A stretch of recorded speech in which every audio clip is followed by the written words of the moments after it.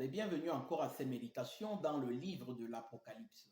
Nous sommes au chapitre 1 à partir du verset 9 que nous lisons. Moi, Jean, votre frère, et qui est part avec vous à la tribulation et au royaume et à la persévérance en Jésus. J'étais dans l'île appelée Patmos à cause de la parole de Dieu et du témoignage de Jésus. Je fus ravi en esprit au jour du Seigneur, et j'entendis derrière moi une voix forte comme le son d'une trompette, qui disait, ce que tu vois, écris-le dans un livre et envoie-le aux 7 églises, à Éphèse, à Smyrne, à Pergame, à Thyatire, à Sardes, à Philadelphie et à Laodicée. Ici, l'apôtre Jean nous révèle le contexte dans lequel il reçoit cette révélation de la part de notre Seigneur Jésus-Christ. Si vous vous souvenez, nous avons dit que Apocalypse signifie révélation, révélation de Jésus-Christ. Et donc Jean nous révèle les conditions dans lesquelles il se trouvait lorsque le Seigneur lui fit cette révélation pour son Église, à communiquer à son Église. Jean ici se présente comme un frère. Il met ici en évidence à ses destinataires le lien qui nous unit dans le Seigneur. Lorsque nous naissions de nouveau, lorsque la vie de Dieu nous est communiquée, lorsque Dieu produit sa vie en nous, nous devenons membres de la famille de Dieu. Nous devenons enfants de Dieu. L'apôtre Paul ajoute les enfants d'adoption de Dieu. Nous devenons justement des frères avec notre Seigneur Jésus-Christ. La Bible le définit, le premier-né parmi plusieurs frères, encore le premier-né d'entre les morts. Donc, comme pour signifier que la famille de Dieu, justement, est unie en Dieu. Le Père a envoyé le Fils unique afin de racheter ses frères, comme le livre d'Hébreux nous le dit. Donc, l'apôtre Jean ici met encore en évidence le fait que les chrétiens, ceux qui sont nés de nouveau, sont liés par ce lien justement de fraternité à cause du sang que Jésus-Christ a versé lui-même pour le pardon de leurs péchés. Jean poursuit en mettant en évidence ce qui met encore justement en commun les frères.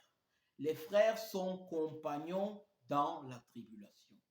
Compagnons dans la tribulation, c'est-à-dire dans les souffrances liées à l'évangile.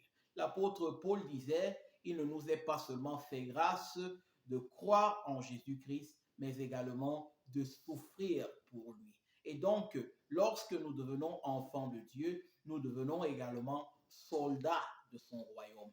Et donc, justement, nous participons à la tribulation liée justement au témoignage que nous lui rendons, à cause justement du fait que nous vivons dans un monde corrompu, nous vivons dans un monde dont le système est gouverné par le prince de ce monde, Satan. Et donc, il y a des tribulations auxquelles vont les enfants de Dieu pour l'amour de la vérité, pour justement, témoigner l'évangile de vérité, de justice de Dieu, parce qu'ils retrouveront toujours des oppositions. Jean ajoute encore, qui est part avec vous dans la persévérance en Jésus. Donc, c'est-à-dire dans la croissance, dans la grâce de notre Seigneur Jésus-Christ, dans la croissance, dans la connaissance de notre Seigneur, de ses voies, de sa volonté. Donc, compagnon de persévérance en Jésus. Et il ajoute encore, compagnon dans le royaume. Donc, nous devenons justement membres du royaume de Dieu.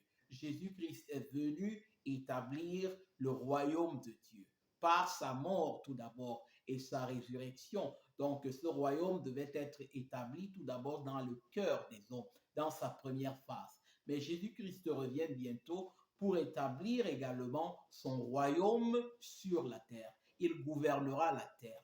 Tous les peuples, tous les rois du monde se soumettront à sa volonté, car il est le roi de justice qui vient pour régner sur la terre. Et ensuite, à ce règne sur la terre, s'en suivra le règne éternel dans la nouvelle création qu'il a lui-même préparé afin de vivre avec tous ceux qui auraient cru en son nom, avec tous ses enfants, avec son Église. À la fin du verset 9, l'apôtre Jean nous dit qu'il était dans une île appelée Patmos à cause de la parole de Dieu et du témoignage de Jésus-Christ. C'est-à-dire, il a été exilé. C'était une condamnation que l'apôtre Jean a subie à cause de l'évangile, à cause de sa fidélité à Christ. C'était donc une période dans laquelle les chrétiens subissaient une persécution de la part de l'Empire romain à cause du fait justement que les Romains avaient également fait voter justement des lois afin que tout citoyen vivant à Rome ou tout citoyen romain reconnaissent César comme leur Dieu, comme un Dieu. Et alors, ceux qui étaient chrétiens, ceux qui savaient qu'il n'y a qu'un seul Dieu, que Jésus-Christ, que Dieu est le seul vrai et unique Dieu, lorsqu'ils ne voulaient pas justement se soumettre à cet édit romain, donc étaient justement exposés justement à ces condamnations de la part des Romains. Donc, si l'Église, dans un premier temps, a subi la persécution de la part des Juifs, dans un second moment, c'est l'Empire romain justement qui a été l'auteur de la persécution des chrétiens. Et comme nous le voyons là, en ce moment-là, il y avait une persécution qui sévissait donc parmi les territoires qu'occupait l'empereur romain. Donc ici, Jean justement se retrouve exilé à cause de sa fidélité, à cause de son témoignage de l'évangile. Encore pour dire quoi?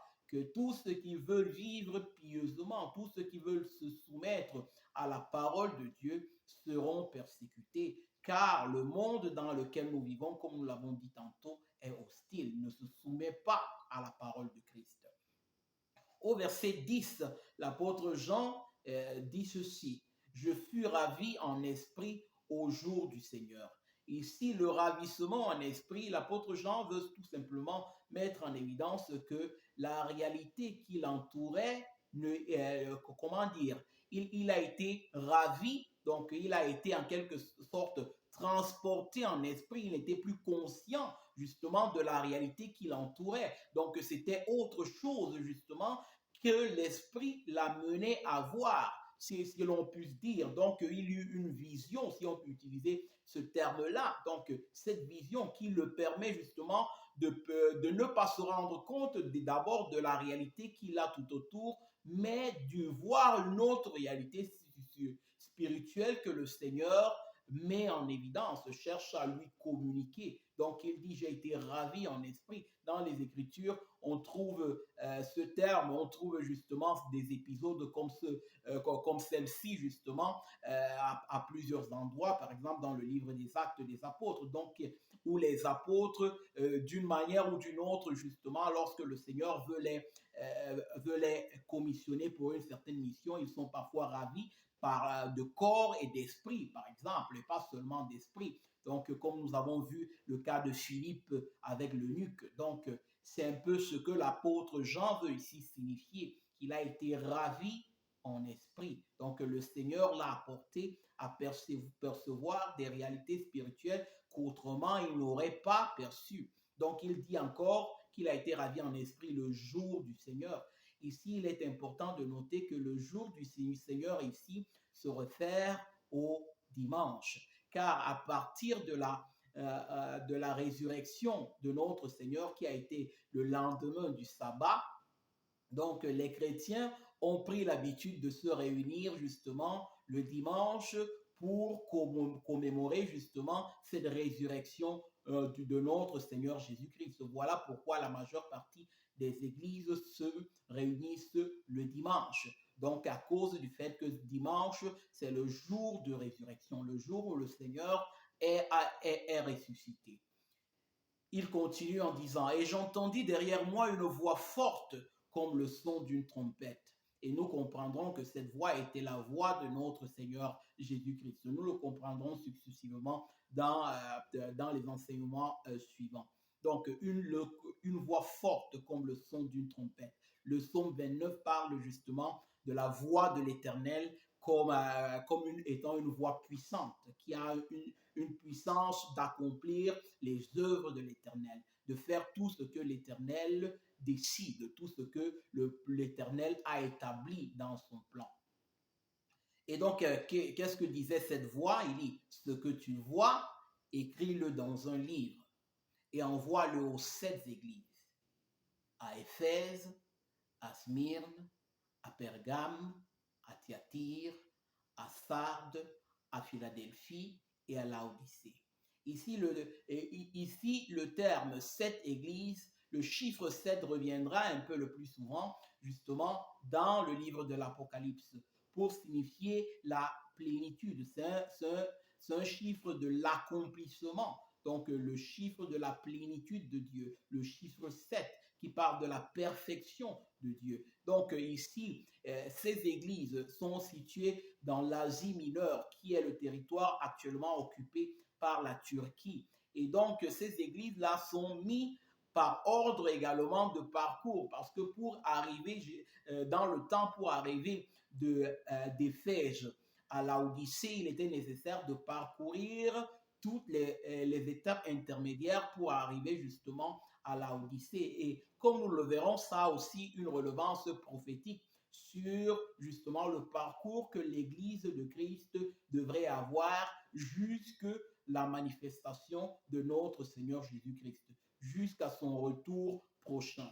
Et donc, ces églises-là sont en quelque sorte ici la représentation de toutes les églises. Ce n'est pas dit que justement il n'y avait que ces 7 églises-là au moment où l'apôtre Jean écrivait, mais le Seigneur utilise ces églises-là. Bien sûr que ces lettres et cette révélation devaient être acheminées physiquement dans ces églises.